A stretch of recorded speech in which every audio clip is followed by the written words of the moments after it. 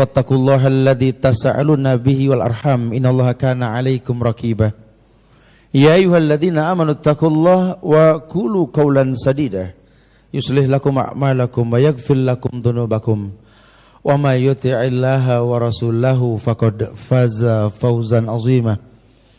Amma ba'du fa inna asdaqal hadisi kitabullah wa khairal huda huda Muhammadin sallallahu alaihi wasallam wa syarral umuri muhdatsatuha wa kullu muhdatsatin bid'ah wa kullu bid'atin dhalalah wa kullu dhalalatin finnar. Ma'asyiral muslimin, sahabat-sahabat yang Allah muliakan dunia dan akhirat, walhamdulillah, izin Allah kita dimudahkan kembali untuk bisa membuat sebuah wasilah indah dalam hidup, yakni berkaitan dengan menuntut ilmu pada setiap malam Kamis, yang mudah-mudahan Allah jadikan ini bentuk tawasul kita ke Allah dengan amal soleh tentunya. Allah jadikan banyak kebaikan pada waktu ini insyaallah, sehingga kita bisa memanfaatkan waktu yang penuh berkah ini untuk mendoakan diri kita, keluarga kita, sahabat-sahabat kita, bahkan saudara-saudara kita di beberapa tempat yang teruji dengan ujian. Karena demi Allah, Rasulullah sallallahu alaihi wasallam mengatakan, innal mu'mina khuliqa muftanan tawwaban nasiyan idza dzukira dzakara. Bahwa yang namanya orang beriman itu pasti diuji, ya. Orang beriman pasti diuji. Justru Allah pengen tahu dengan ujian ini, fala ya'lamanallahu alladziina shadaqu wa la ya'lamanal kadzibin. Allah pengen tahu kelas iman seseorang dengan diuji. Kalau tidak diuji, tidak tahu kelas manusia. Allah uji manusia. Wa innal mu'mina khuliqa muftanan. Dan orang beriman tercipta dengan ujian. Ujiannya berbeda. Allah yang tahu. Cuma kalau orang berilmu tentang Allah, dia akan tahu sekali, la yukallifullahu nafsan illa wus'aha. Bahwa Allah tidak mungkin uji manusia di luar batas kemampuannya. Cuma ini kan yang sering terjadi, beratnya ujian terasa. Kenapa? Karena zon kita yang buruk sama Allah. Prasangka buruk kita ini sama Allah, karena kita tidak kenal Allah. Wa dzalikum zannukumul ladzi zanantum bi rabbikum ardakum fa asbahtum minal khasirin. Itulah prasangka yang kalian sangkakan ke Allah. Maka setiap pagi keburukan yang kalian rasa, padahal Allah enggak pernah berbuat zalim. Jamaah yang Allah muliakan, Rasulullah sallallahu alaihi wasallam ini bersabda dalam sebuah riwayat yang diriwayatkan oleh Abdurrahman bin Sakhar oleh Abu Hurairah. Beliau mengatakan bahwa Rasul pernah bersabda, al-mu'min mir'atul mu'min wal mu'min akhul mu'min yakufu alaihi doy'atuhu wa yahuttuhu min wara'ih. Rawahul Bukhari, At-Tabrani wa Ibnu Majah wal akhar. Iya, al-mu'min mir'atul mu'min, orang beriman yang jelas keimanannya. Karena bahasanya al-mu'min, bukan mu'minun, tapi al-mu'min. Kalau dalam bahasa Arab ini sebuah kata benda, dikedepankan alif lam, jelas keberadaannya. Jadi kalau mukmin ya orang beriman umum. Tapi kalau sudah al-mu'min ya jelas keimanannya, gitu loh. Ini orang beriman yang jelas keimanannya. Al-mu'min mir'atul mu'min, merupakan cermin buat orang beriman lainnya. Cuma kalau bahasa kita berkaca lah, bukan bercermin. Walaupun jujur kaca itu lebih umum, tapi kalau cermin lebih khusus lah. Kan tidak ada Gatot cermin, pasti Gatot kaca, betul ya? Sehingga umum lah ya. Wal mu'min mir'atul mu'min, orang beriman ini merupakan cermin orang beriman lainnya. Yakufu alaihi, di mana dia betul-betul menjaga, melindungi. Sababnya apa? Li'anal mu'min akhul mu'min, karena orang beriman merupakan saudara orang beriman. Ya mungkin beda rahim kita dilahirkan, cuma iman yang menguatkan kita, sehingga nanti ada bahasa silaturahim sama orang beriman. Rasul mengatakan orang beriman cermin orang beriman lainnya. Walaupun jujur loh ya, Allah tidak menjadikan iman kita cermin buat orang lain, tidak. Cuma keadaan akan menuntut nanti di mana iman itu bentuk aplikasi. Ketika berbentuk keyakinan dengan hati, yang diucapkan dengan lisan, dibuktikan dengan perbuatan, iman. Maka orang yang melakukannya mukmin. Artinya keyakinan dengan hati yang diucapkan dengan lisan dibuktikan dengan perbuatan itu iman. Si pelakunya mukmin. Apabila perbuatan tersebut masyru', ada perintah Allah, ada contoh Rasulnya, maka tampaklah dia mukmin, dia al-mukmin. Dia orang beriman yang jelas keimanannya. Maka dia dikatakan miratul mukmin. Inilah yang dikatakan cermin orang beriman. Kenapa? Karena setiap ibadah yang orang beriman lakukan, Allah janji hayatan thayyibah. Man amila salihan min dzakarin aw unsa wa huwa mu'min falanuhyiyannahu hayatan thayyibah. Ini kan janji Allah. Barang siapa yang beramal soleh, man amila salihan min dzakarin aw unsa wa huwa mu'min. Perhatikan artinya. Barang siapa yang beramal soleh, laki-laki maupun perempuan dalam keadaan beriman, Allah sebut cuma 2 jenis. Maaf kalau ada jenis ketiga ya, gitu loh. Tobat dah buru-buru dah ya. La'anallah al-mutasabbih minar rijal wal mutasabbihat minan nisa. Ini ancamannya dahsyat loh. Ya, enggak usah ngaku, udah tobat aja dah, gitu ya. Allah melaknat laki-laki yang lembut kayak perempuan, perempuan yang kasar kayak laki-laki. Laknatullah alaihima. Allah melaknat keduanya. Ya, tapi dia memang agak beda jenisnya, Tad. Cuma amal solehnya begini, Tad. No. Ya Allah yang bilang sudah, tidak ada kebaikan kecuali dia beramal soleh, dia laki, dia perempuan, dan dia beriman. Janji Allah apa? Hayatan thayyibah. Kehidupan yang thayyibah, baik. Ya baik bahasa Arab banyak. Ya baik, kuais baik, tamam, kamil, khair baik. Tapi kalau thayyiban, yakni kebaikan yang harum, wangi gitu loh ya. Jadi kalau dia betul-betul orang yang beriman, laki dan perempuan, dia beramal soleh, Allah janji hayatan thayyibah, kehidupan yang baik. Nah kalau dia sudah baik, tentu otomatis orang memandang kemuliaan dari kebaikan tersebut. Ya, jangan gampang menyandarkan sebuah perbuatan dengan bahasa agama, padahal agama bertanggung jawab. Ya, kayak banyak teman-teman alumni sebuah sekolah, lawang belum pernah menciptakan sebuah karya yang membanggakan sekolah tersebut, mengatasnamakan alumni. Jangan. Bolehlah kita mengatasnamakan alumni ketika memang kita sudah bermanfaat buat mereka. Innal fata may yaqulu ha anada wa laysal fata may yaqulu kana abi. Karena dalam bahasa Islam itu seorang pemuda adalah mereka yang berkata inilah saya. Bukanlah ini orang tua saya, bukan. Inilah saya. Kita bawa bumi pertiwi lah. Kita tidak bawa-bawa yang lainnya, kita tidak bawa agama kita bawa diri kita dulu. Ketika kemuliaan kita miliki, maka demi Allah kemuliaan inilah yang akan mewarnai di mana kita berada. Makanya otomatis orang beriman secara umum Allah mengatakan bahwa ya ini hayatan thayyibah, kehidupan yang baik. Sampai Nabi mengatakan al-mu'min mir'atul mu'min. Wal mu'min akhul mu'min. Orang beriman merupakan saudara orang beriman lainnya. Beliau lanjutan mengatakan yakufu alaihi doyatuhu. Di mana orang beriman ini yakufu alaihi doyatuhu, merespon kelemahan saudaranya. Dia tahu sekali bahwa mencintai itu bukan karena kelebihan yang dia lihat, tapi dia mengerti hakikat cinta ketika dia bisa mencintai sesuatu karena kekurangan yang dia lihat. Susah nih. Ini kalau cinta begini susah dah. Kita mencintai seseorang karena kekurangannya, waduh. Ini udah levelnya level 5 nih. Kalau keripik pedas banget itu ya.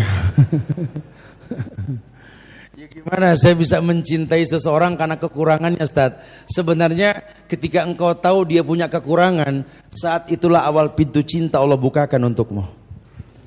Ya, saat itulah awal pintu cinta Allah bukakan untukmu. Betul-betul terasa bahwa sesungguhnya kamu yang tahu kekurangan dia. Lianaka ahuhu, karena kau saudaranya. Yahuttuhu min waraihi. Seakan-akan dia berjalan, kau pantau dia dari jauh. Kekhawatiranmu tinggi sekali. Kenapa? Khawatir dia berbuat salah. Kalau dia berbuat salah, yang paham dia berbuat salah kan cuma saya. Min husnil islamil mar'i tarkuhu ma la ya'nihi. Dia tahu bentuk kesempurnaan Islam seseorang ketika meninggalkan sesuatu yang tak bermanfaat, malah dia lihat manfaat. Khairun nas anfa'uhum linnas. Sebaik-baik manusia itu kan yang paling bermanfaat buat manusia lainnya. Dia mulai berpikir bagaimana manfaat diri dia untuk orang lain. Ujian. Terkadang ujian dalam hidup ini membuat manusia ini betul-betul merasa sedih, merasa gelisah. Ya, karena memang kelasnya orang kan berbeda. Ya, ujiannya sih sama, cuma mental menerima ujiannya yang berbeda. Ujiannya boleh sama, cuma sikap menyikapi ujian ini yang berbeda. Kalau buat orang beriman kan kalau hujan turun, ya, dia langsung mengatakan Allahumma shayban nafi'an. Nikmat, dapat hawa adem, berdoa, pahalanya double. Tapi kalau buat orang yang enggak beriman, hujan turun itu bukan Allahumma shayban nafi'an, padahal dia ngomong tadi siang, ya Allah, enggak nyanggup dah panas ya Allah. Ini matahari serius amat kerjanya ya Allah gitu ya. Aduh, andai hujan gitu ya kan, dia ngomong tuh andai hujan bahasanya kan. Ya diijabah sama Allah dah, karena memang yang dia minta sebuah kebaikan, turun hujan. Bukan Allahumma shayban nafi'an, malah doa yang dia buat sendiri. Apa? Ya hujan gitu katanya. Sementara ayat mengatakan wasanajzi syakirin, yang akan kutambah nilai kemuliaan buat orang yang bersyukur. Bisa gak sih kamu bersyukur? Ini manusia diuji, timbul gelisah, resah, terasa. Kalau kau merupakan cermin buat saudaramu, coba. Saudaramu yang sedang gelisah ini dibikin supaya enggak gelisah gimana sih? Ya. Karena ujiannya kan sama. Ya, kabarkan tentang bagaimana tingkah kita menghadapi ujian. Karena mungkin kalau ucapan dia enggak bakal dengar, dia tahu siapa kita lah. Kalau perintah apalagi enggak bakal direspon lah. Tapi kalau sikap menyikapi sebuah ujian akan mendatangkan kemuliaan. Allah pertontonkan sebuah cara hidup indah buat orang beriman yang menyikapi ujian. Dia tahu, sampai sahabatnya melihat ini indahnya Islam ada di dia. Allah muliakan dia dengan kemuliaan. Maka tercerminlah kemuliaan dalam dirinya, sehingga tak terasa dia mengidolakan seorang mulia seperti dia. Bahkan Rasul mengatakan bahwa al-mar'u ala dini khalilih. Bukankah orang tergantung agama Khalil, kekasihnya? Ya, kekasih yang dimaksud di sini orang yang betul-betul dia cintai. Al-mar'u ala dini khalilih. Orang tergantung agama kekasihnya. Ya, kalau dia salah meletakkan cinta pada seseorang yang dia kasihi, maka dia akan mirip dengan yang seperti itu. Lihat dah, orang yang enggak pernah mengerti arti sebuah cinta, meletakkan suka dan rasa cinta kepada sesuatu yang dia tidak kenal, dia akan merespon, dia akan mirip dengan orang yang dia suka. Lihat. Ya, pokoknya yang dia tahu cinta timbul itu karena sifatnya kolosal lah. Banyak orang yang menyukai, berdansa bersama, nyanyi bersama, di tengah lapangan bersama. Kadang-kadang kalau orang yang dia idolakan sudah ngomong, udah oke aja dah. Semua tangan di atas semua. Terus bergoyang, goyang semua. Kaki kanan diangkat semua. Yang kiri juga jatuh bareng semuanya gitu kan. Kalau sudah si idolanya yang ngomong mau bilang apa gitu loh ya. Ini kan keanehan.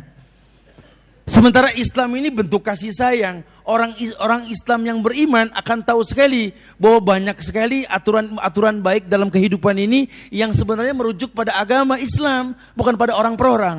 Contoh lah. Ya, kata-kata indah sebagai penolak keburukan. Kita sering mendengar tuh bahasa-bahasa modern. Say no to drug, gitu ya. Oh, betul juga nih. Pemerintah nyuruh kita jangan mabuk. Pemerintah dari zaman Rasul, Nabi udah bilang, la taqrabus shalah wa antum sukar. Jangan deketin sholat dalam keadaan mabuk. Udah ada, nunggu say no to drug dulu baru percaya gitu loh. Padahal akmalah hadad din, sempurna ini agama. Makanya Nabi mengatakan, taraktukum mislal bayda lailukum kannaharikum. Ini di akhir hayat Rasul loh. Ketika beliau mengatakan, taraktukum mislal bayda lailukum kannaharikum. Kutinggalkan kalian putih bak cangkang telur. Yang malamnya lebih terang daripada siangnya. Bayanatil hukum. Hukum telah dijabarkan. Kita mau ngomong apa di Islam? Seluruhnya sudah ada. Al-halal bayyin wal haram bayyin wa umur bainahuma mustabihat la ya'lamuhunna katsirun minan nas faman ittaqa syubhat faqad istabra lidin wa irdih. Ini kan hadis jelas, masyhur sekali. Yang halal sudah dijelaskan, yang haram pun dijelaskan. Antara halal dan haram ada syubhat. Barang siapa yang masuk kepada syubhat, masuk kepada yang haram. Walaupun ulama sepakat syubhat halal, menjauhkannya mulia. Jelas, bayanatil hukum. Cuma jarang kita otak-atik tuh hukum gitu loh. Padahal ya Allah, sampai orang kafir Parsi itu nanya langsung ke sahabat-sahabat Rasul. Allamakum nabiyukum kulla syai' khatal khira'ah. Bukankah kalian ini umat Muhammad? Muhammad yang telah mengajarkan segala sesuatu, bahkan sampai cara buang hajat pun diajarkan. Subhanallah. Kata Salman Al-Farisi, ajal. Betul. Betul bener. Nabi ngajarin kita semuanya. Sampai cara buang hajat pun diajarkan. Masya Allah. Masuk kamar mandi, kaki kiri, keluar kanan dulu. Tidak boleh baca ayat, tidak boleh berlama-lama dalam kamar mandi. Enggak boleh buang hajat ngadep kiblat, membelakangi kiblat. Kan semua agama mana yang sesempurna ini loh. Ini Islam dahsyat. Kalau kita mau bahas apa yang enggak diajarkan. Sehingga wajar kalau Allah mengatakan bahwa inna dina indallahil Islam. Katakan ya Muhammad, al-yawma akmaltu lakum dinakum wa atmamtu alaikum ni'mati wa raditu lakumul Islam ad-dina. Katakan ya Muhammad, al-yawm, lagi-lagi alif lam dikedepankan. Yaum hari, al-yawm hari yang diperjelas. Apa yang dimaksud? Haji wada. Haji yang pertama dan terakhir Rasulullah sallallahu alaihi wasallam. Katakan dia Muhammad, al-yawm, semua manusia akan tahu ini yang dimaksud. Akmaltu lakum dinakum, kusempurnakan bagimu agama. Wa atmamtu alaikum ni'mati, kusempurnakan nikmatku atasmu. Wa raditu lakumul Islam ad-dina, aku redha Islam sebagai agama. Maka orang mengetahui sekali bahwa inna dina indallahil Islam sudah. Tidak ada agama yang melebihi kemuliaan Islam. Wa may yabtaghi ghaira islami dina fala yuqbala minhu wa huwa fil akhirati minal khasirin. Bahkan kalau sampai dia mengakui ada kebenaran daripada selain Islam, la yuqbala minhu, tidak diterima. Wa huwa mana'ahu faqad istakmala dinahu. Ketika dia menolak agama lain, ini bentuk kesempurnaan agama dia. Maaflah kalau untuk sekedar mengucapkan salam, insya Allah lah. Islam ajarkan ucapan salam sama orang kafir, betul. Tapi kalau untuk mengiyakan yang kamu rayakan, maaf. Wala ana abidum ma'abatum, wala antum abiduna ma'abud. Lakum dinukum waliyadinlah. Udah, itulah masing-masing lah. Karena ayat ini buat orang-orang yang berbeda agama. Udah, bagimu agamamu, bagiku agamaku. Tapi kalau sama-sama orang beriman, jangan pakai ini dalil. Ana pegel sama dia tat. Emang dia ngapain sampai pegel, jorokin. Pegel tat, aduh, masya Allah. Kaku, susah dikasih tahu tat, ya Allah. Orang Inggris bilang teka. Susah lah, aduh. Ana bilang begini, dia bilang begitu. Ana udah bilang nih Allah berfirman, Nabi bersabda, tuh sahabat melakukan, dia bilang iya sih. Cuma kata guru saya, gurunya dibawa-bawa. Iya saya tahu memang dalam hadis yang sahih ada. Di mana sahabat juga berani bersaksi untuk ini kebenaran. Allah perintahkan, Nabi sabdakan, sahabat mencontohkan. Saya tahu. Cuma kan tradisi, begitu lagi. Ya Allah Ustaz, saya seminggu lagi sama dia jantung pakai kateter, Ustaz. Betul Ustaz. Daripada nih jantung rusak ngadepin dia, ana bilang aja sama dia gini dah, lakum dinukum waliyadin. Berasa enggak berasa antum mengkafirkan saudara antum itu ya. Kan kita nggak boleh mengkafirkan orang tuh nggak boleh ya, kecuali tegak bentuk kekufurannya. Itu pun ulama yang mengkafirkan. Ya.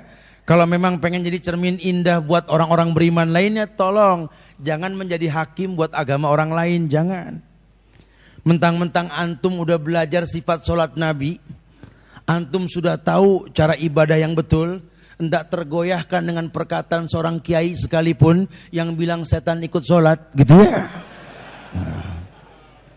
Karena Pak Kiai nggak menjamin masuk surga, maaf Pak Kiai ya, silakan saksikan kami, gitu ya. Karena sudah terlalu sadis Anda meremehkan sunnah ini ya, Masya Allah.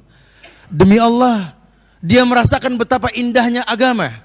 Agama ini merupakan sebuah kemuliaan. Dia rasakan indah dalam beragama ketika agama tamam, istakmaladdin. Dia orang yang betul-betul mengerti ahabba lillah wa a'ta lillah wa mana'a lillah wa huwa qad istakmala dinahu. Ini orang suka karena Allah, memberi karena Allah, melarang pun karena Allah, mencintai karena Allah, sempurna agamanya. Karena biar bagaimana kalau dalilnya sudah qati', sudah pasti, kebenaran akan terasa walaupun masalah waktu. Ya. Karena kadang-kadang kan kita nggak bisa paksa Allah untuk ngerti kita, tapi paksa diri kita untuk ngerti Allah itu lebih baik lah. Ya, sudah saatnya kita paksa diri kita untuk kenal Allah supaya kita berhusnuzon. Karena zon inilah yang menyebabkan keburukan kita kepada Allah. Wa dzalikum zannukum alladzi dzanantum bi rabbikum tadi ardakum fa asbahtum minal khasirin. Kerugian yang kau rasa. Allah sudah katakan la yukallifullahu nafsan illa wus'aha. Sudah. Allah tidak mungkin berbuat zalim. Pasti setiap ujian mendatangkan kemuliaan. Makanya betul-betul Allah pengenkan sebuah kemuliaan yang nanti efeknya setiap ibadah yang orang beriman lakukan, bukankah Allah mengatakan dengan tegas, yu'tikum kiflain min rahmati. Allah akan berikan 2 rahmat pada setiap kebaikan yang dia lakukan. Apa rahmat yang pertama? Wa yaj'alakum nuran tamsuna bihi. Kau akan tercahayakan dengan tingkah lakumu. Perbuatanmu akan menjadi sebuah kemuliaan. Ya. Jangan takut dengan kematian, karena yang orang hidup pasti matilah. La yadurruhu man dhalla idza tadaitumlah. Tidak ada yang berbahaya kalau Allah sudah berikan kemuliaan. Ini kan yang ditekankan sama Asma binti Abu Bakar kepada anaknya Abdullah bin Zubair bin Awam itu kan. Ketika di ujung-ujung kematiannya ini, menghadapi kematian, dia temui ibunya Asma binti Abu Bakar yang wanita tua, di usia tuanya dia bermata buta sudah, usianya tua sekali. Kata Abdullah bin Zubair kepada ibunya Asma binti Abu Bakar, wahai ibu, mungkin ini merupakan perjumpaan kita yang terakhir. Kenapa kau berkata sebegitu itu wahai anakku? Karena pasukan yang kupimpin sudah terpojok. Ini Al-Hajjaj As-Saqafi, pemimpin munafik, akan membantai diriku wahai ibu. Yang kubutuhkan cuma satu darimu wahai ibu, ridhoi aku untuk masuk ke surganya Allah. Karena setiap yang hidup pasti didatangi oleh kematian. Kata ibunya, kalau begitu peluklah ibumu wahai anakku. Dipeluk, terjadilah pelukan kasih seorang ibu kepada anaknya yang betul-betul dimuliakan dengan kemuliaan yang banyak, Abdullah bin Zubair bin Awam. Ketika Asma yang buta memeluk anaknya, dia merasakan di badan anaknya ada baju besi. Dia lempar badan anaknya, menjauhlah dariku, menjauhlah. Inikah anak Asma binti Abu Bakar, wanita yang diberi gelar 2 ikat pinggang. Inikah anaknya Asma binti Abu Bakar, anak dari kekasih Rasulullah Abu Bakar As-Siddiq, As-Siddiqul Akbar, yang Rasul mengatakan, "Lau kuntum muttakhidan min ahli al-ardi khalilan, lattakhadtu Abu Bakrin khalilan."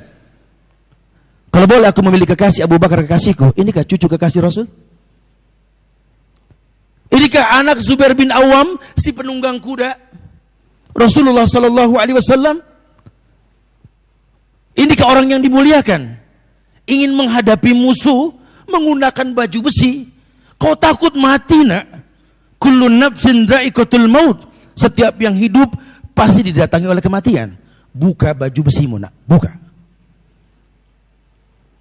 Biarkan pedang tajam Al-Hajjaj As-Saqafi menyoret-nyoret badanmu, nak. Tiap tetes darah menjadi saksi di akhirat nanti. Sejarah akan bercerita siapa Abdullah bin Zubair bin Awam. Kalau itu yang kau inginkan, ibu, ku buka baju ini. Ridhoi aku, ibu. Peranglah dia. Demi Allah, betul kenyataannya, terpojok pasukan Abdullah bin Zubair bin Awam dan dia mati di ujung pedang orang munafik Al-Hajjaj As-Saqafi dan disalib dia. Bangkainya disalib di sebuah pohon. Asma yang buta mendekati anaknya sambil mendoakan kesyahidannya. Kata Al-Hajjaj As-Saqafi, "Hei wanita buta, demikianlah nasib orang yang mengkhianati negerinya. Allah telah jadikan bangkai ini sebagai penghuni neraka." Kata Asma apa? "Jaga lisanmu wahai orang munafik. Anakku mati di ujung pedangmu. Demi Allah, Allah muliakan dia dengan syahid. Kelihatannya dia teraniaya, tapi dia menantiku di pintu surga." Subhanallah. Dan sejarah membuktikan bukan bicara hidup atau mati, bukan, tetapi ujung hidup yang baik. Ini kan cermin indah seorang Asma binti Abu Bakar kepada anak-anaknya. Sehingga Allah muliakan Asma binti Abu Bakar dengan 5 anak yang semuanya mati syahid. Kenapa? Cermin wanita mulia pada diri anak-anaknya. Li'annal mu'min miratul mu'min. Karena keimanan orang yang betul-betul beriman bisa menjadi kaca cermin orang beriman lainnya. Betul dia mau melakukan sebuah kebaikan, kalau kebaikan betul diperintahkan dengan cara yang benar, dia mengerti Allah muliakan dirinya dengan jutaan kemuliaan. Ketika gundah gulana, ketika gelisah mendatangi sahabat kita, orang yang beriman tahu sekali bagaimana membangkitkan semangat orang yang sedang gundah gulana tersebut. Dia bisikan di telinga sahabatnya, "Iman Islammu tingkatkan. Janji Allah kehidupan yang baik buat orang-orang yang merapikan imannya. Janji Allah hayatan thayyibah buat orang yang betul-betul dalam keislamannya." Kemudian dia pun mengatakan kepada sahabatnya, "Kalau kau dalam keadaan gundah gulana, gelisah kau rasa, tolong kau yakini bahwa setiap kegelisahan yang kau rasakan karena sesuatu yang kau lakukan karena Allah, demi Allah, setiap kegelisahan tersebut mendatangkan kebaikan." Karena kan boleh jadi kita orang yang pasti gelisah lah. Dengar kabar begini, dengar kabar begitu, kadang-kadang maunya begini, jadinya begitu. Bohonglah kalau orang gak khawatir. Tapi kalau khawatir timbul karena Allah, kekhawatiran yang dia rasa itu mendatangkan kemuliaan dalam kehidupannya. Kayak orang yang letih terasa. Jangan takut dengan keletihan, jangan takut dengan kelelahan. Memang hidup ini melelahkan, hidup ini merupakan sebuah keletihan. Ini yang Rasul katakan di hadapan para sahabat, "Mustari wa mustara minhu." Ketika 2 mayit diusung, Nabi mengatakan mustari wa mustara minhu. Man mustari wa man mustara minhu ya Rasulullah. Siapa orang yang mustari dan mustara minhu? Mustari yang dimaksud orang yang letih. Letih karena fitnah dunia. Kemudian dia diwafatkan untuk diistirahatkan dari penatnya dunia. Wa mustara minhu, Allah sengaja matikan dia untuk dunia beristirahat dari godaan orang seperti dia.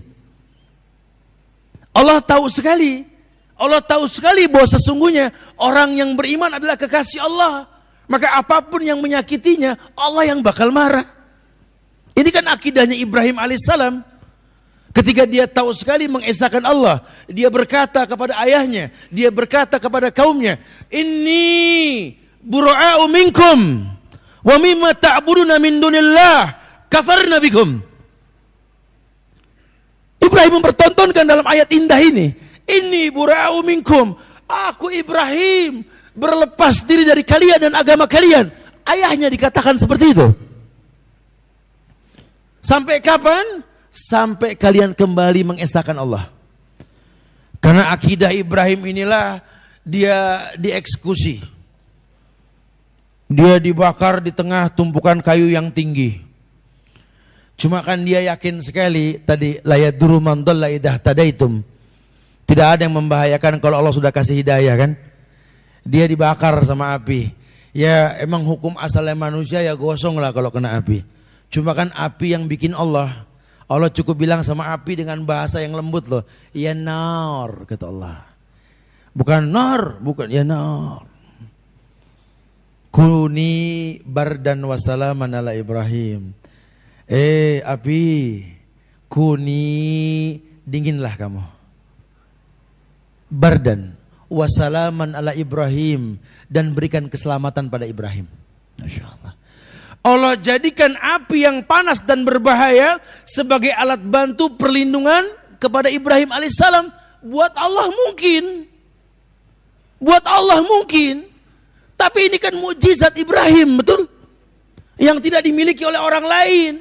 Makanya kalau ada orang mengatasnamakan muslim, tapi dia pakai ilmu jengjawakan, wiridnya pakai wirid ya naru kuni bardan wassalaman al Ibrahim, kemudian enggak mempan dibakar, oong dah. Itu mukjizat Nabi. Ya, kita jangan suka niru-niru. Ini kan di Indonesia kan suka pada mengolah ayat jadi begitu tuh. Musim panas, kering kerontang, air kering di mana-mana. Ada wirid tukang ledeng, pakai wirid Musa. Idrib bi'asokal hajar fan fajrat isnata asrota ainan, gitu loh ya. Pukul dengan tongkatmu itu batu muncrat nanti 12 mata air. Oh Masya Allah. Itu mukjizat Musa. Bukan mukjizat Anda. Jadi jangan tolong ya, jangan suka praktekin menghayal punya mukjizat kayak Nabi. Ya, Nabi mah mukjizat, Rasul mukjizat. Orang-orang soleh, para sahabat namanya karomah. Ya, memiliki karomah. Kalau level kita tuh al-ma'unah. Yang kita dapat dengan sabar dan sholat.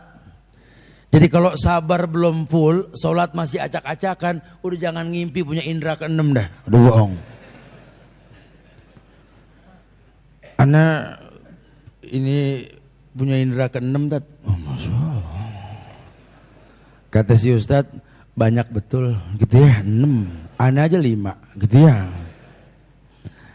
Tahu nih Ustadz, kayaknya Allah memang ngususin ana dalam hal ini Ustadz. Oh, Masya Allah. Jadi ceritanya begini Ustadz, ana sama anak ana ini Masya Allah Tata.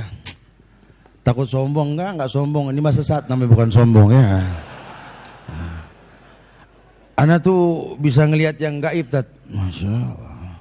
Ini anak ana juga indigo Tat. Oh, dia bisa tahu masa yang akan datang Ustaz. Oh Masya Allah. Menurut Ustadz nih kita berdua gimana Ustaz? Ya menurut ana sih kalian sakit, berobat gitu loh. Iya enggak ada yang spesial lah, wong ayat mengatakan illa manir tadomin rasuli kok. Enggak ada bisa ngelihat yang gaib kecuali para rasul. Allah yang ngomong, masa saya harus nentang ayat? Betul gak? Bohong sudah ini. Terus kan kita memang kenyataan bisa ngelihat, itu namanya sakit. Harus diruqyah. Ya, supaya dikeluarin, karena hukum asalnya manusia tuh nggak bisa ngelihat yang gaib, gitu loh. Lo kata guru ana sih ini kelebihan Tat. Iya kelebihan dosa, gitu ya. Harusnya nggak begitu harusnya. Wallahu alam sababnya apa dulu kita nggak tahu lah ya. Ya, sehingga dia coba terapkan apa ilmunya ini di hadapan pemirsa, dan pemirsa herannya percaya aja lagi. Ya, setelah dibersihkan rumah ini dari jin dan setan, kemudian yang punya rumah dipanggil suruh megang mic. Sini Bu. Ngomong kepada pemirsa tentang apa yang Ibu rasa sekarang. Ya alhamdulillah, setelah datang tim pemburu setan, ini rumah saya lebih enak ketimbang kemarin. Kayaknya setan pada ketangkep di malam gitu ya. Ini dia ngomong depan pemirsa pakai baju yang aneh-aneh, aurat kemana-mana. Ini setan satu nggak ketangkep ini gitu kan. Orang suka begitu ya. Suka jadi kadang-kadang dianggap benar menurut dia, padahal kebenaran milik Allah. Makanya kalau ada yang kira-kira ngaku punya indera keenam, buru-buru ruqyah dah. Karena kalau dibiarkan ujung-ujungnya nggak boleh ngelihat muka orang, pengen ngebetot tangan. Ini orang kayak ada masalah Tata. Salaman set, ditarik set, dibaca. Waduh, kacau Tata. Dia mah nggak usah diramal, emang kacau hidupnya dia gitu ya. isinya masalah hidup ini orang. Itu nggak boleh tuh, ya. Itu sudah tidak ada di Islam sudah. Manusia mana yang tahu masa yang akan datang? Tidak ada sudah. Kalau kita sebagai orang beriman, coba jadi cermin orang beriman lainnya. Jangan gara-gara kita orang jadi percaya sama yang enggak. Jangan cuma gara-gara celetukan mulut kita. Ini mau nggak mau teman kita nganggap kita cermin loh. Temen ngomong, nih mata kedut-kedutan kenapa ya? Ada gerakan di ujung pojokan mata. Temen bilang, ada yang ngomongin tuh. Dia memang diomongin orang, nyolong mulu kerjanya gitu ya. Itu suka nggak nyambung, apa urusannya kedut-kedutan sama diomongin. Emang dia sih masalah disarap dari kecil gitu ya. Orang suka begitu tuh ya. Jadi kadang-kadang menganggap sesuatu yang nggak mungkin jadi mungkin. Aduh, kenapa sih? Tahu tangan gatel, rezeki itu, gitu kan? Orang kurap dibilang rezeki gitu loh. Orang suka pada begitu tuh ya. Lo tangan gatel emang malas cuci tangan nih orang gitu loh. Jadi nggak boleh tuh. Jangan sampai gara-gara kita orang percaya dengan yang nggak boleh. Ya, ini kan jujur loh ya. Keyakinan tentang tatayur itu kan agama keturunan. Ya, nggak tahu kita belajar dari mana, cuma semua orang di sini tahu, saya yakin tahu sekali, ya, hampir semuanya tahu. Kalau ada kupu-kupu adanya apa? Tangan gatel mau dapat apa? Baju kebalik mau gimana? Tuh kan. Padahal nggak ada di pelajaran bahasa Indonesia zaman SD dulu, betul. Heran tuh rata semua orang. Iya, karena cermin tadi. Keyakinan orang tentang sesuatu mitos. Ini harus dibuang jauh-jauh nih mitos nih. Yang menjadi sebuah cermin. Sehingga cermin orang Indonesia tuh beriman dengan cara yang seperti ini. Kayak segelintir orang-orang Islam di Indonesia percaya kalau setan itu bentuknya kayak pocong. Udah, Indonesia kalau pocong pasti made in Indonesia dah. Ya, jadi kalau di sini kita digodain pocong, pindah aja ke luar negeri, hilang dah tuh pocong gitu ya. Karena pocong nggak punya paspor ya gitu ya. Tradisi, kalau di luar negeri sana nanti setannya Dracula atau apa. Ini kan mitos. Mulut ke mulut akhirnya sampai menjadi sebuah keyakinan. Hati-hati. Harusnya apa? Yakufu alaihi doyatuhu. Harus dia menyempurnakan kekurangannya. Kalau dia yakin seperti itu, nggak nyambung, istighfar. Apa hubungannya tangan gatal sama rezeki? Nggak nyambung ya. Kalau rezeki mah Allah telah tentukan sejak 50.000 tahun sebelum tercipta langit dan bumi sudah. Ya, ketika bayi berusia 40 kata Allah, yursalu alaihil malak, diutus malaikat, wa yanfukhu fihi ruh, ditiupkan roh, wa yuktabu bi arba'i kalimat, ditentuin 4 takdir, bikat birizki, wa ajalihi, wa amalihi, sakiyun au sa'idun. Itu takdir tuh. Bikat birizki, ditentukan rezekinya ketika bayi berusia 40 hari yang ketiga. Ditentukan rezekinya. Wa ajalihi, ajalnya. Wa amalihi, pekerjaannya. Sakiyun au sa'idun, tertolong atau tidak. Perhatikan, rezeki, ajal, pekerjaan, tertolong dan tidak. 1 dan 3.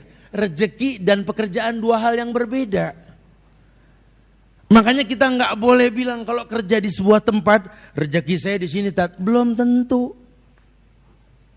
Belum tentu. Rezeki Allah yang ngatur sudah. Tugas kita ma'ajmilu fit thalab, perbagus cara meminta. Karena man kanatil akhirah hammahu, ja'alallahu ginahu fi qalbih, wa atathu dunya raghimah. Yani kalau seandainya dia orientasinya akhirat, kata Allah, kata Rasulullah ini ya, maka Allah akan jadikan hatinya itu kaya. Allah akan jadikan hatinya kaya dan Allah bakal bikin dunia itu datang menunduk pada dia kalau orientasinya akhirat, bukan dunia. Kebalikannya, man kanatid dunya hammahu, ja'alallahu faqarahu, ja'alallahu baina aini, kefakiran. Allah ciptakan di antara kedua matanya kefakiran. Ja'alallahu faqrahu baina aini. Allah jadikan kefakiran di antara dua matanya. Wala asudda faqrah. Dan Allah sama sekali enggak menolong kekurangannya. Terbukti. Makanya kalau orientasi orang ini akhirat, mungkin dunianya ini enggak memuaskan dia, tapi dia akan merasakan nikmat loh. Contoh beginilah. Orang yang kaya, dia punya rumah yang besar. Tapi kalau dia punya rumah tersebut, orientasinya dipuji orang, diomongin sama manusia, tetap nggak bakal memuaskan tuh rumah. Padahal rumahnya bagus betul, gede, mewah. Tapi tiap hari dia telok pinggang dari depan rumahnya. Aduh, catnya kurang nih. Tuh kan. Kurang aja dah. Salah, harusnya gentengnya jangan genteng ginian nih. Ada aja yang dikomplain. Waduh, harusnya nih rumah kecilan, halaman luasan. Nggak ada sempurnanya, karena dunia. Tapi lihat orang yang orientasinya akhirat, rumahnya ini nggak semewah hotel yang dia pernah tinggal loh. Hotel bintang 5, Masya Allah. Ya cukup 5, karena kalau 7 pusing bintang 7. Hotel bintang 5 yang makanannya tuh mewah, tempat tidurnya mewah. Tapi tetap pulang traveling, sampai ke rumah seneng banget loh. Ya Allah, biar kata jelek rumah sendirilah, home sweet home. Oh, Masya Allah. Makanan mewah di hotel bintang 5, jujur ya. Saya mau ngaku takut diledekin, nggak ngaku, saya jujur Tat. Saya mau kalau makan di hotel bintang 5 Tat ribet. Betul. Saya duduk, celemek ditaruh sini. Ini banyak ada garpu, pisau, sendok. Saya bilang saya makan belum udah pegel, Masya Allah gitu ya. Saya mendingan di rumah Tat, betul dia. Jadi walaupun rumahnya nggak enak, tetap membuat dia kangen. Ya. Anda kalau berhubungan dengan istri Anda, dengan keluarga Anda, orientasinya akhirat. Demi Allah. Ya. Itu yang kau rasakan sebuah kenikmatan. Tapi kalau orientasinya dunia, itu yang kita rasa. Itu yang kita rasa. Kita kalau tujuan berhubungan menikah karena dunia, capek. Akhirnya kita tergolong orang yang bahagia kalau jam 7 pagi. Aduh, dia pergi juga deh, ya Allah. Pas jam 5 pulang, ya dia balik lagi, ya Allah. Ini udah gak bahagia dah kalau udah begini dah. Pergi pagi cepet, pulang sore lelet, gak nyampe-nyampe ini. Jujur loh ya, kalau akhirat orientasi hidup, indah ini hidup. Allah muliakan kita dengan kemuliaan yang banyak, insya Allah.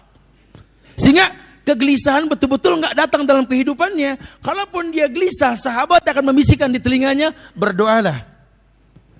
Karena doa itu cara yang terbaik untuk mengurangi rasa sedihmu. Bukan malah ngajak jalan ke tempat yang enggak. Lawang orang lagi sedih malah ngejauh dari Allah, ya salah. Akhirnya dia tergolong orang yang menduplikatkan temennya. Masuk kamar, kunci pintu, gelapin lampu, setel musik, diangguk-anggukan aja sendiri. Kenapa? Lagi stres. Begitu katanya. Lu kok stres, tambah stres kalau begini kan? Harusnya bisikan di telinganya, ambil wudhu, bermunajatlah kepada Allah. Karena tidak ada satu masalah pun kecuali Allah berikan solusi. Allah perintahkan, ya ayyuhalladzina amanu taqullaha wa aminu birrasulih yu'tikum kiflain min rahmatih. 2 rahmat akan kau miliki kalau takwa kau lakukan dalam kehidupanmu. Indah, cerminnya tampak. Dia bisikan ketawakalan dalam telinganya. Kalau kamu sudah minta, cuma masalah waktu, bertawakallah kepada Allah. Tapi bukan cuma ucapan tawakal, karena kan dalam Islam seorang mukmin yang mengajarkan tawakal sama sahabatnya, dia akan jelaskan bahwa tawakal itu seperti buah yang dipetik. Kan orang tawakal butuh latihan. Nggak bisa kita main nyuruh orang tawakal, nggak bisa. Ya pokoknya kita kalau melatih seperti ini, nanti kamu di rumah deh sama anak-anak, biar saya pergilah. Pulang jam berapa? Ya kira-kira jam 4 lah. Tolong betul tuh jam 4 datang, rutinin dah.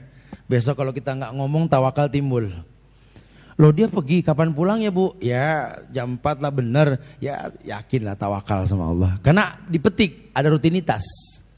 Orang yakin karena memang kebiasaan yang baik, tawakal timbul.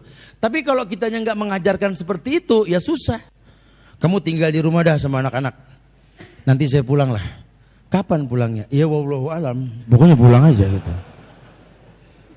Ya gimana dia mau tawakal wong jawabannya wallahu alam, ya kan? Nah, ya kalau sesekali boleh wallahu alam bagian dari ilmu. Cuma kan cari solusinya sampai jelas menjadi sebuah kebiasaan. Ini Islam menanamkan sebuah kebaikan karena kau cermin untuknya.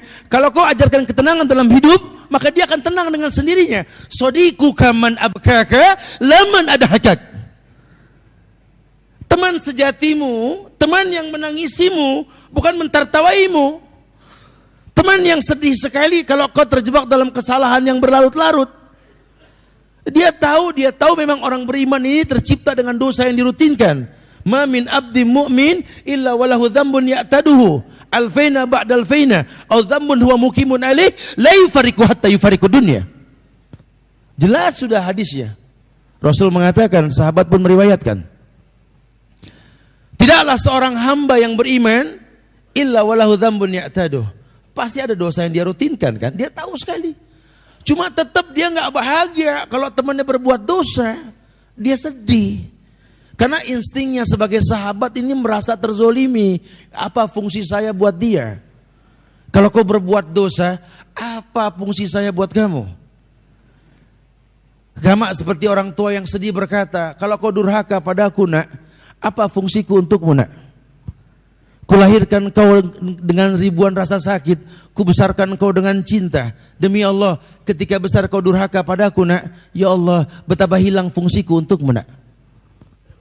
Bahkan Islam mengajarkan salah satu bentuk ketaatan bakti kita ke orang tua apa? Fala taqul lahum ma'uf kan? Jangan bilang ngambil napas saja enggak boleh. Enggak boleh. Kesel sama orang tua disuruh ya sih aduh itu enggak boleh tuh. Apalagi durhaka, dia merasa enggak berfungsi buat dirinya. Sementara kalau dia berfungsi kan terbukti bahwa dia mendatangkan menelurkan sebuah kebaikan. Maka demi Allah, ya orang beriman di negeri ini, kalau imannya betul, keislamannya sempurna, akan membuat cermin-cermin indah buat orang beriman di luar negeri ini, insya Allah. Yuk beriman, baguskan iman kita. Karena negeri ini butuh cermin yang banyak untuk menjadi bayangan indah negeri-negeri yang lain. Karena jujur, sudah saatnya kita pertontonkan bahwa Islam itu solusi. Islam itu jalan keluar. Dan seorang muslim yang beriman akan menjadi pemandangan indah buat muslim yang beriman lainnya. Wallahu alam bishawab. Barakallah. Masya Allah, nice ya. Alhamdulillah. Tapi oke, nanti kita akan ada sesi tanya jawab. Sebelumnya Anda mau tanya nih Ustaz. Kalau sekarang kita hidup di dunia yang di kehidupan yang benar-benar nafsi-nafsi gitu Ustaz. Bagaimana kita mau menasihatkan teman kita, saudara kita? Kadang kita khawatir itu akan dicap sebagai memasuki urusannya atau mencampuri urusannya. Bagaimana Ustaz mengkorelasikan kedua hal ini? Kadang memang kalau memang gerakan sudah tidak dipandang, ucapan nggak didengar, doa itu bentuk akhlak yang paling baik. Paling tidak kita tidak paksakan sebuah bentuk audiovisual kepada teman kita. Ya mukodimanya salam lah. Karena kan kalau bicara dakwah kita bicara teknik. Ya, lihatlah dakwah Rasulullah SAW. Dia tidak paksakan kepada pamannya untuk beragama seperti yang dia lakukan. Beliau cuma tawarkan bahasa indah kepada pamannya. Wallahi ya ammi, qul la ilaha illallah, kalimatun uhajjulaka biha indallah. Ini kan bahasa mudah. Katakan pamanku la ilaha illallah, ya aku bisa berhujah di hadapan Allah engkau seorang muslim. Nabi nggak ngomong yang lain, ngomong tauhid aja dulu, gitu ya. Sehingga kita dalam bersahabat juga seperti itu. Paling tidak ketika dia bersahabat dengan diri kita, dia akan tahu bahwa dia tidak akan lagi percaya sama horoskop bintang-bintang.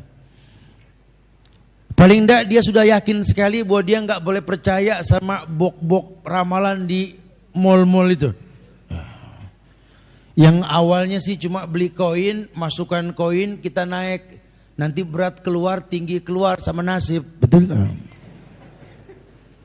Saya paling pegel tuh kalau mesin kayak begitu tuh di mall-mall tuh. Pakai suara klek klek. Silahkan naik gitu ya. Silahkan turun, masukkan tangan gitu ya. Ternyata keluar timbangan gitu ya. Tapi kalau ukurannya orang gemuk kayak saya pas naik satu-satu katanya gitu. Mesinnya nggak kuat gitu. Masukkan tangan, keluarkan, cuci tangan sebelum diramal gitu. Udah gitu-gituan jangan percaya sudah ya. Itu keberadaan mereka tuh karena memang keyakinan kita tentang itu, nggak boleh. Ya, kita nggak boleh percaya sama paranormal, kita nggak boleh percaya sama perdukunan. Karena dalam Islam ini man atakahinan lantuk bal salatu arba'ina lailah. Wa man atakahinan fasalah wa saddaqu faqad kafara. Orang yang datang ke dukun, datang doang nggak ngapa-ngapain. Saya sih nggak ngapa-ngapain, cuma nganter doang, gitu ya.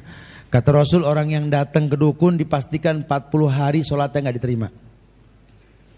Dia tanya, kemudian dijawab dan dia yakin telah kafir. Berat loh hukumannya. Nah kalau sekarang kan dukun kan nggak kayak zaman dulu, kayak zaman orang tua kita dulu. Kalau cari penglaris kan, masya Allah. Waduh, jauh betul dah guru. Saya berguru naik gunung, turun gunung, terus mapai sungai, naik tebing ke atas, terus di pojokan jurang ada pohon bambu hitam, tuh rumah dukun tuh. Jauh betul, tapi mantep, begitu ya. Kalau sekarang dukun nggak perlu didatengin jauh-jauh, lawang dukun sudah punya Instagram, gitu ya. Dukun punya pin BB kan bahaya sekali ya. Jadi kadang nggak berasa kita dengan bahasa-bahasa muda ketik spasi rek emak atau apa gitu kan, tahu-tahu keluar, wallahi itu haram hukumnya, nggak diperbolehkan. Majalah-majalah, tontonan televisi, tolonglah yang punya kemampuan merubah-rubah. Karena haram dalam Islam seperti itu. Wallahu a'lam bishawab. Oke, siapa yang mau bertanya? Kita mulai dari brother side. Silakan, Pak. Silakan.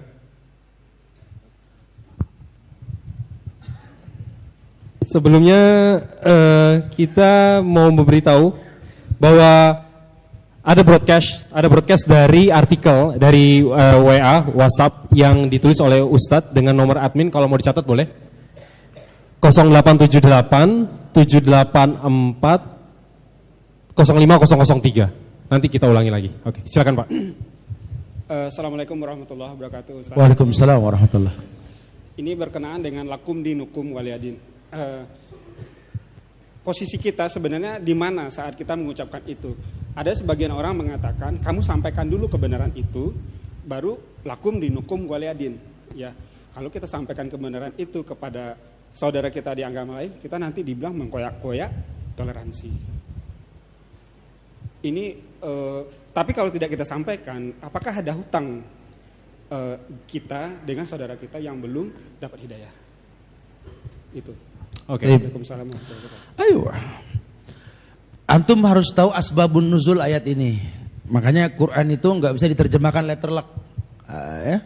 Terbukti Umar bin Khattab itu ketika nanya tentang surat idza ja'a nasrullahi wal fath, gitu ya.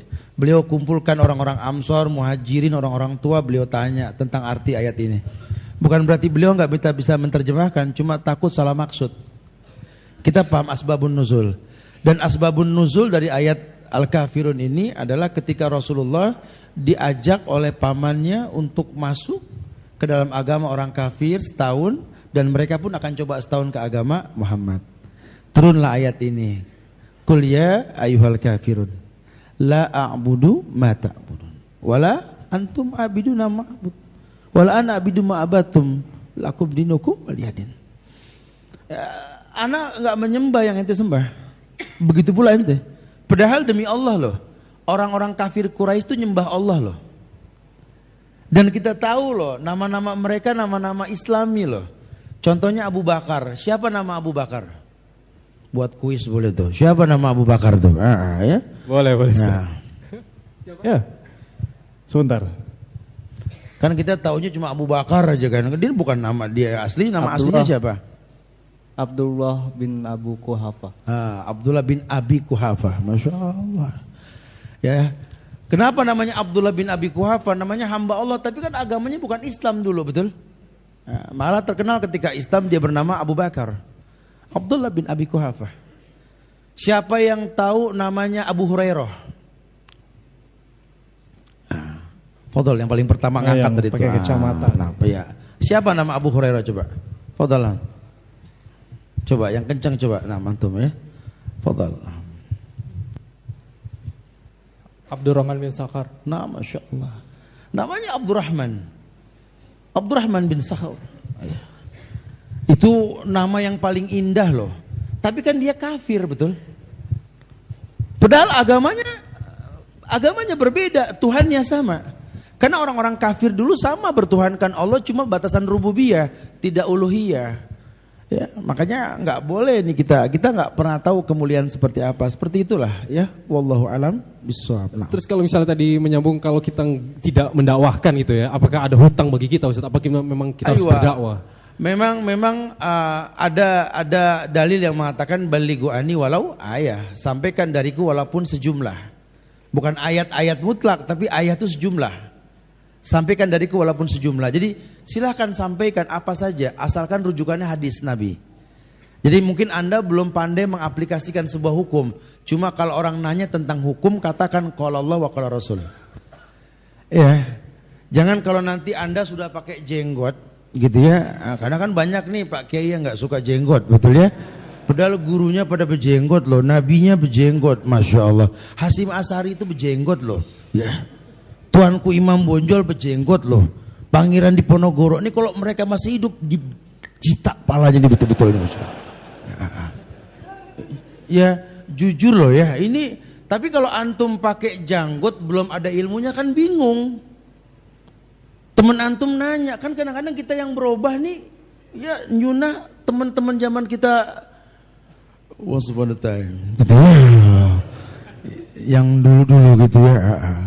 Itu kan kaget, lu kenapa begitu kan? Emang kenapa? Tuh kenapa? Iya nggak kenapa-napa, emang numbuh kenapa? Terus kenapa ditumbuhin? Nah berikan dalil tuh. Ya Rasul yang bilang waktu sawarib wafuleha, tipiskan kumis, panjangkan janggut. Ayat juga mengatakan wa ma atakum rasul fakhudhuhu wa manahakum anhu fantau. Apa-apa yang Rasul perintahkan lakukan, yang dilarang jauhkan. Ya saya lakukan, betapa mudah sekali. Tapi kan kadang-kadang enggak, kita merasa sudah syar'i, orang pakai nih gitu kan. Terus kenapa pakai? Ya pakai aja. Itu kan bahaya tuh kalau begitu tuh. Jadi taklid namanya. Enggak, kalau nyuruh kasih dalil dong. Bentar, depan Ustaz. Tat ngomong nih Tat. Ustaz suruh berantem begitu loh. Subhanallah. Oh iya. Oke. Masya Allah. Bentar, ini dari tadi kan brother side ya. Kita sekarang buka untuk sister side-nya. Silakan mungkin yang sudah pegang mic-nya, sister side langsung diajukan pertanyaannya. Ada yang mau bertanya sister side? Sister side? Sister side, ada yang bertanya, oke. Ada mic-nya, tolong di-assist. Assalamualaikum warahmatullahi wabarakatuh. Waalaikumsalam. Tadi Ustadz bicara bahwa mukmin itu adalah wanita, laki-laki atau perempuan. Tidak ada yang satu kaum lagi itu Ustadz. Sebelum saya mengaji itu saya punya teman-teman yang diantara yang itu Ustadz. Nah setelah saya mengaji saya pengen sekali mengingatkan mereka. Tapi di saat saya sekarang ini saya mengingatkan, selalu dibilang hal yang seperti itu biasa gitu loh Ustadz. Istilahnya dalam kehidupan sosial itu biasa gitu loh Ustadz. Nah setelah saya mengaji seperti ini, saya tahu insya Allah ilmunya. Apa yang harus saya lakukan gitu Ustadz? Apakah saya harus menjauhi atau saya memberikan masukan-masukan yang seperti Ustadz bilang, dan sampai kapan itu gitu Ustadz? Assalamualaikum warahmatullahi wabarakatuh. Waalaikumsalam warahmatullahi wabarakatuh. Iya. Paling tidak anti harus mengenal sejarah kaum Lut. Karena sudah ada di negeri Sodom, dan nama ini yang membuat nama orang tersebut sampai sekarang dikenal dengan istilah Sodomi. Gitu ya, karena memang negeri Sodom zaman Nabi Lut. Dan lihatlah cara Allah menyikapi orang yang seperti ini. Kalau mereka tidak mau bertobat, cuma 3 hukum yang Allah tawarkan. Yang pertama, dalam Islam dirajam, atau dipenggal kepalanya, atau cari bangunan yang tinggi, banting dari atas. Berat hukumannya. La'anallah al-mutasabbih minar rijal wal mutasabbihat minan nisa. Allah melaknat laki-laki yang lembut mirip perempuan, perempuan yang kasar seperti laki-laki. Haram. Ya, masukan dari sahabat-sahabat yang memang ahlinya di bidang ruqyah, 90% ya laki-laki yang mirip dengan perempuan, perempuan mirip dengan laki-laki ini kesurupan jin. 90%. Sehingga jin itu berada di beberapa titik tempat yang membuat dia layak seperti wanita. Maka yang paling baik memang dia menguatkan agama, kemudian dibersihkan dengan ruqyah. Ya buat kita sih nasihatkan dengan cara yang baik, gitu loh. Pukul dengan sikap, kalau dia tidak mau berubah ya menjauhkan orang-orang yang seperti ini wajib. Karena kan efeknya laknat, khawatirnya terkontaminasi laknat, ya. Dan kita selalu berdoa semoga Allah berikan hidayah kepada mereka yang seperti ini. Karena ini penyakit. Ini penyakit. Jangan dibilang nikmat Allah, ini penyakit. Ya, memang ini semua ciptaan Allah, tapi kan kita diperintahkan untuk menghindari takdir yang buruk, untuk mendatangi takdir yang baik. Allahu a'lam. Masya Allah. Kita sebelumnya ke Sister Said lagi. Ini ada pertanyaan lewat Twitter nih Ustadz, dari @koko_juni. Ustadz, apakah lingkungan selalu mempengaruhi kadar ketakwaan kita? Iya. Orang sering menganggap bahwa lingkungan ini mewarnai ketakwaan kita kepada Allah. Bisa iya, bisa tidak. Kalau Islamnya baik, imannya betul, bahkan dia orang yang mewarnai lingkungan. Karena hukum asal orang Islam ini kan liyuzhirahu 'alad dini kulli. Islam ini agama yang mewarnai yang lainnya gitu loh. Harusnya dia mewarnai lingkungannya. Maka tadi saya katakan kalau iman kita betul, kita semua memiliki cermin. Ya akan bercerminlah banyak orang kepada negeri yang indah ini gitu loh. Ya ujiannya mirip dengan negeri-negeri lain.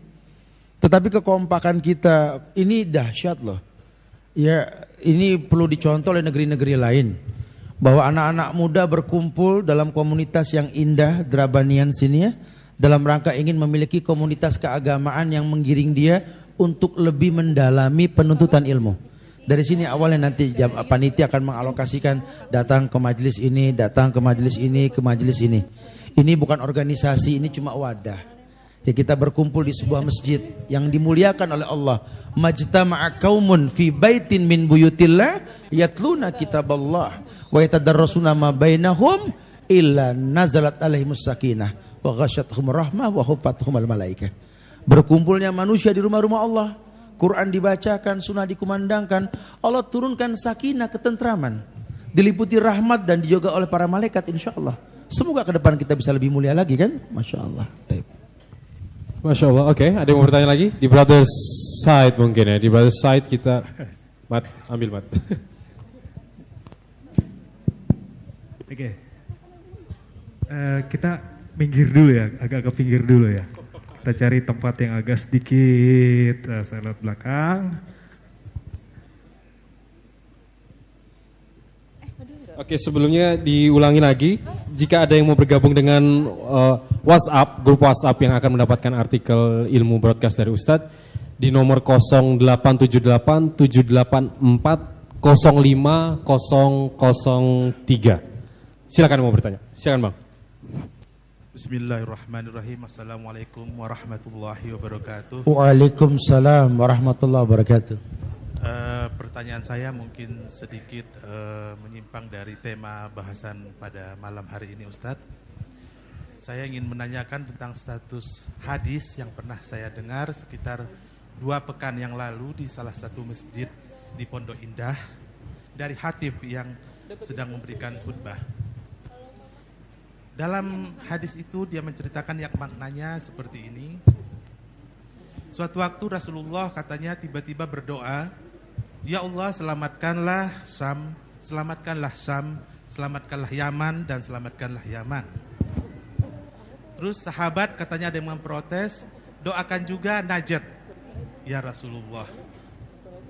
Nah, dari keterangan hadis tersebut, si khatib ini menceritakan bahwa para ulama berselisih paham mengenai Najd. Ada yang mengatakan itu daerah Irak dan ada yang mengatakan itu Saudi Arabia sekarang. Terus sebelumnya dia menjelaskan juga bahwa Rasulullah mengatakan nanti dari Najd itu akan muncul tanduk setan. Nah, dia menjelaskan tanduk setan itu adalah sesuatu yang akan membahayakan kaum muslimin sekarang ini. Tetapi dalam keterangannya mengenai hadis tersebut, dia kira-kira memperkirakan atau menggambarkan tanduk setan itu adalah dua. Apakah itu Syiah, apa itu Wahabi. Nah, dia bilang yang sudah masuk ke Indonesia sekarang ini yang berupa tanduk setan, ya tinggal kalian lihat sendiri yang mana. Dan rasakan sendiri, nggak usah dijawab. Nah, yang saya pertanyakan adalah status hadis tersebut apakah benar ada? Kalau ada, apakah itu doif, hasan, atau itu muttafaqun alaih, atau itu Sahih Bukhari wa Muslim? Dan kalaupun itu ada, yang disebut Najd itu seperti apa? Negeri mana dan sebagaimana keterangannya? Syukran Ustaz. Wassalamualaikum warahmatullahi wabarakatuh. Waalaikumsalam warahmatullahi wabarakatuh. Wallahu a'lam bishawab. Ini hadis disahihkan oleh Albani kalau saya tidak salah. Wallahu a'lam bishawab dalam Sahihul Jami'. Wallahu a'lam bishawab. Ya, tetapi makna yang diterjemahkan bukan seperti itu. Kalaupun mungkin dia mengatakan bahwa tanduk setannya adalah Syiah atau Wahabi, itu butuh syarah. Ya kalau mungkin Syiah, mungkin Wahabi, saya nggak paham. Karena memang kita bukan Syiah, kita bukan Wahabi, gitu ya. Jadi kalau banyak orang mengidentikan orang yang dekat dengan sunnah dibilang Wahabi, ini sebuah bukti kebodohan, gitu ya. Karena Islam bukan Wahabi, bahkan Islam bukan NU, Islam bukan Muhammadiyah, Islam bukan Persis, Islam bukan organisasi. Inna dina indallahil Islam. Agama ini ya Islam. Islam yang mana? Islam yang dibawa oleh Rasulullah Sallallahu Alaihi Wasallam. Maka kalau kita mengatasnamakan agama Rasul, tentu berkaitanlah rukun dan syarat ibadah, ikhlas untuk Allah dan mencontoh Rasulullah Sallallahu Alaihi Wasallam. Wallahu a'lam bishawab. Kalau sampai orang mengidentikan bentuk sunnah kepada kelompok-kelompok tertentu, ini bentuk penghakiman yang salah dalam Islam. Ya, bahkan Imam Syafi'i saja yang betul-betul pengikutnya banyak di Indonesia. Bahkan kita pengikut Imam Syafi'i. Beliau dengan tegas mengatakan, idza shahal hadis fahuwa madhabi. Kalau ada hadis yang sahih, aku bermazhab dengan hadis tersebut. Gitulah ya. Jadi saya juga nggak paham alasan dia mengatakan seperti itu. Allah yahdi. Semoga Allah berikan hidayah insyaallah. Ya, walaupun ada dalil yang sahih, tetap harus lihat penjelasan ulama Ustaz ya, rincian-rinciannya supaya kita tidak salah menafsirkan juga ya. Wah, makanya banyak sekali sebenarnya kemuliaan Yaman tuh banyak sekali. Antum bisa buka tafsir Ibnu Katsir. Nanti dilihat ya. Di Ibnu Katsir itu ketika surat Idza dan surah Al-Fat tadi, Futuh Mekah. Ja'al fat wa ja'a nasrullah wa ja'a ahlul yaman qaumun raqiqah qulubum layyinah itba'uhum al-iman yaman wal fiqhu yaman. Itu hadis itu sahih. Ya, datang Futuh Mekah, datang pertolongan Allah, datang ahlul yaman. Sahabat protes, kenapa mesti Yaman? Kan ada Ansar, ada Muhajirin. Kata Nabi lah, qaumun raqiqah qulubum layyinah. Yakni sekelompok kaum yang hatinya lembut, yang betul-betul baik manusianya. Al-iman Yaman wal fiqhu Yaman. Maka berimanlah dengan cara imannya orang Yaman, berfikir dengan fikihnya orang Yaman. Artinya apa? Nabi tekankan sekali, pertontonkan kelemah lembutan dalam pemahaman agama. Wallahu alam bishawab. Masya Allah, mungkin selanjutnya masih banyak waktu kita ada sesi pertanyaan ini dari Sister Side untuk pertanyaan lanjutan. Silakan kalau sudah diberikan mic-nya. Silakan. Assalamualaikum warahmatullahi wabarakatuh. Waalaikumsalam warahmatullahi wabarakatuh. Ustadz, saya ingin menanyakan, menyinggung mengenai setiap apapun yang diberikan dan dituliskan Allah untuk kehidupan kita, mana yang harus kita lakukan antara rasa ikhlas dalam menerimanya atau bersyukur untuk menjalaninya, dan bagaimana untuk istiqomah menerima apapun itu. Terima kasih. Assalamualaikum warahmatullahi wabarakatuh. Waalaikumsalam warahmatullahi. Kalau keinginan kita untuk istiqomah, paling tidak kita harus ngerti dulu apa itu istiqomah. Saya sering sampaikan di beberapa kajian bahwa banyak orang yang pengen istiqomah, tapi ketika ditanya apa itu istiqomah, jawabannya wallahu alam. Istiqomah ya istiqomah. Iya, apa istiqomah? Ya Allah, apa ya istiqomah? Dia minta cuma dia tidak paham. Istiqomah itu kan asataqoma qaimah. Tolabul qaimah, meminta kemantapan. Berarti kalau kita minta istiqomah, kita pengen istiqomah, kita minta kemantapan hati dari Allah. Tentu secara mendasar Islam memerintahkan kita untuk mengerti ayat yang mengatakan wa idza sa'alaka ibadi anni fa inni qarib. Ya Muhammad, ketika ada hamba-hambaku bertanya kepada kamu tentang aku, katakan aku dekat.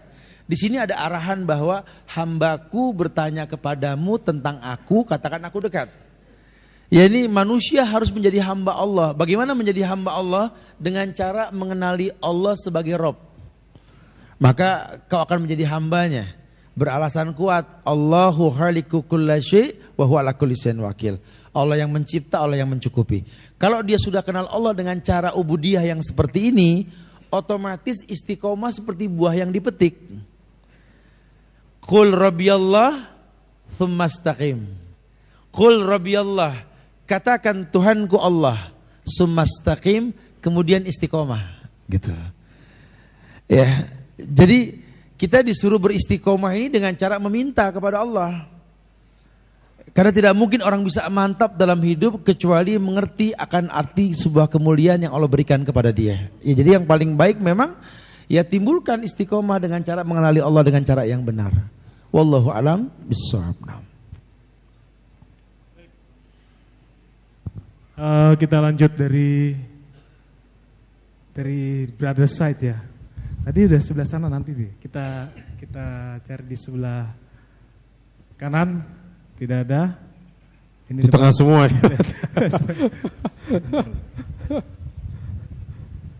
Assalamualaikum Tat. Waalaikumsalam warahmatullahi wabarakatuh. Saya mau tanya, apakah betul kita harus menjauhi teman-teman kita yang kufur? Saya pernah dengar analogi kalau kita kita main sama tukang minyak wangi, kita akan mendapatkan wanginya. Tapi kalau kita main sama pandai besi, kita akan mendapatkan bau asapnya gitu. Soalnya banyak teman-teman saya yang udah hijrah tidak mau lagi bertemu dengan teman-teman saya yang belum hijrah atau yang belum dapat hidayah. Jazakallahu khairan. Masya Allah. Kata ulama, iman ini kan naik turun. Yazidu bitawa yang kusubil maksiat, naik dengan ketaatan, turun karena kemaksiatan. Kan yang ngerti naik turunnya iman ini yang punya iman. Jadi Anda tahu sekali kalau bersahabat dengan dia akan menimbulkan keburukan, apalagi zambun ya'tadu, mengulangi dosa, maka Anda yang tahu harus menjauhi dia. Fattaqullaha mastata'tum, bertakwa semampunya. Tapi ada kalanya justru kita orang yang berilmu, cuma kita yang tahu cara membawa dia kepada jalan yang benar, gitu ya. Maka kita juga diperbolehkan. Makanya dalam bahasa hadis al-ulalak walaysa lakasaniyah. Kalau bicara dosa itu yang pertama yang kau lihat itu nikmat, yang kedua tergantung niat. Ya, jadi ada hadis yang mengatakan al-ulalak wasani alaik. Ada lagi al-ulalak walaysa lakasaniyah. Kalau kamu lihat ini dosa, itu nikmat yang pertama. Kalau kedua ya dosa. Tapi kalau yang kedua niatnya untuk mengislah, boleh. Innamal a'malu binniat, semua tergantung niat. Karena kadang-kadang yang ngerti teman kamu ya kamu gitu loh. Cuma kira-kira kamu yakin gak bahwa kamu gak terkontaminasi? Karena berapa banyak orang nih yang menyerupai temannya gitu loh. Enggak usah berteman ngobrol, ngefans saja, lantas berusaha untuk mirip dengan yang idolakan gitu loh. Apalagi teman nih. Nah, tapi kalau memang kita mengerti cara menggiring dia kepada jalan yang benar, ya sudah, kata Rasul, balighu ani walau ayah, sampaikan kepada dia walaupun sejumlah. Mudah-mudahan melalui kamu dia dengar. Karena anak muda ini kadang-kadang unik. Orang tuanya ngomong nggak didengar, sahabatnya ngomong betul gitu ya. Wallahu a'lam bishawab. Baik, mungkin ini pertanyaan terakhir dan dari awal sudah tadi dari Sister Side, silakan kalau memang mau turun duluan. Turun duluan silakan, ya. Turun duluan nanti sambil kita sekali lagi menghindari itilat. Tapi kita tetap akan ada satu pertanyaan lagi dari Brother Side nanti. Kayak saya sudah dapat penanyanya. Nanti. 2 dong Mat, gue mau nanya nih. Ya, boleh gue nanya ya? Silakan sambil ini dulu, tapi ini dulu nih. Oke, silakan. Dulu. Sebelumnya kita ngingetin lagi, ada broadcast artikel insya Allah dari Ustadz dengan di nomor WA 0878 840 5003 dan ada BBM-nya ternyata di 5785 BB8E. 5785 BB8E. Insya Allah ada artikel menarik di show dari Ustadz. Silakan mau bertanya. Ya. Assalamualaikum warahmatullahi wabarakatuh. Waalaikumsalam warahmatullahi. Ustadz, yang mau ana tanyain itu kemarin saya habis ketemu kawan lama saya dari pesantren. Jadi pas kita bertemu ini kan dia kasarnya udah pesantren tuh udah di bawah la ilaha illallah Ustadz ya. Dia tuh udah di bawah kalimat syahadat, dia seorang muslim. Naam. Tapi yang saya kaget itu pas kita kemarin ketemu, kita ngobrol, dia tuh kasarnya dia percaya Tuhan Ustadz. Tapi dia masih nyari kelemahan Islam gitu. Dia bilang kayak contohnya kalau kita masukin teori-teori Islam itu nggak cocok sama sains, atau dia bilang ada ayat-ayat di Al-Quran yang bertentangan sama HAM zaman sekarang. Nah itu gimana pandangan saya ke dia itu? Apa saya itu masih menganggap dia itu saudara seiman, atau dia tuh emang udah saya anggap non muslim aja Ustaz? Baik. Itu yang mau saya bertanya.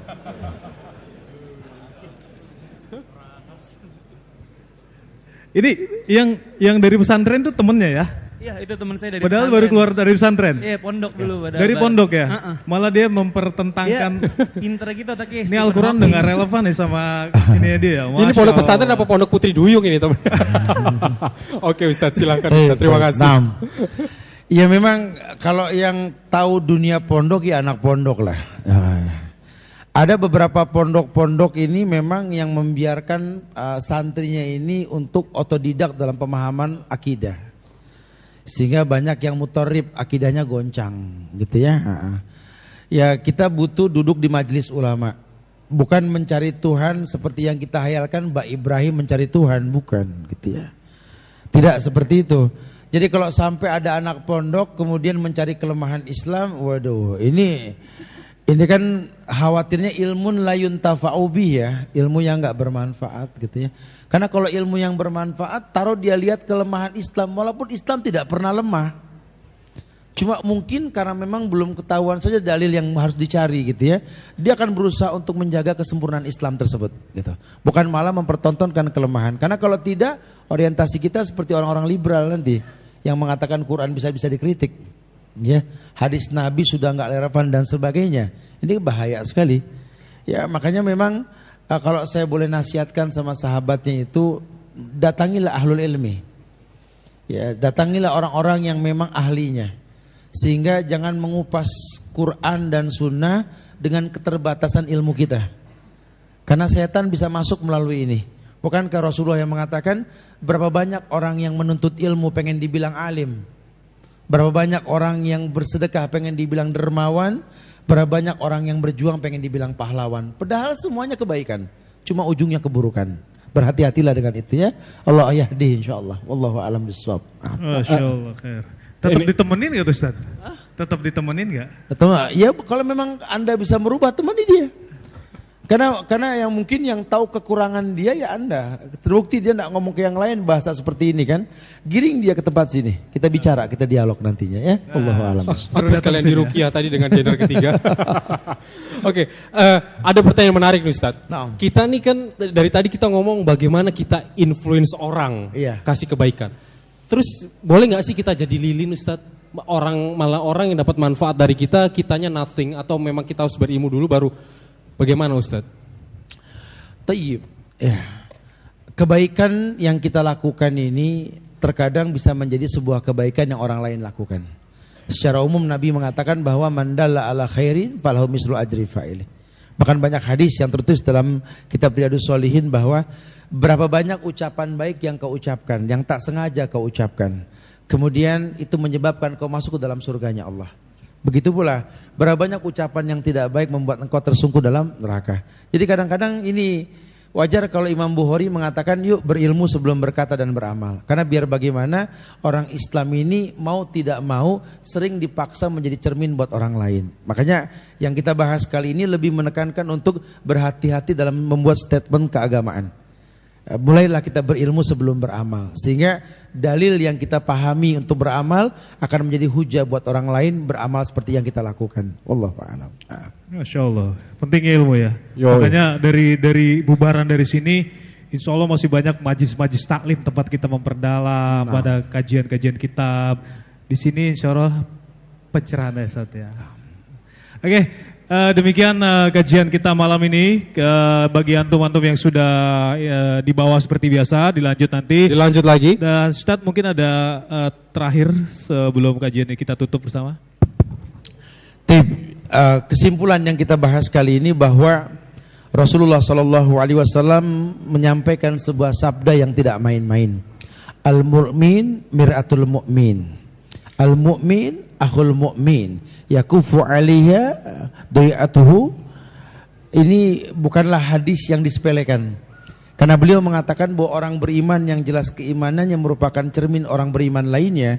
Ini satu bukti bahwa sifat manusia itu suka meniru. Maka kalau sampai bentuk iman yang kau pertontonkan, tolong berdalilah dengan sesuatu yang kau tontonkan tersebut. Sehingga dilalah nanti orang bertanya tentang hukum yang kau lakukan, yang kau sampaikan bukan menurut pendapatmu, tapi ilmu. Dan ilmu yang dimaksud, qala Allah wa qala Rasul wa qala sahabah. Wallahu a'lam bishawab.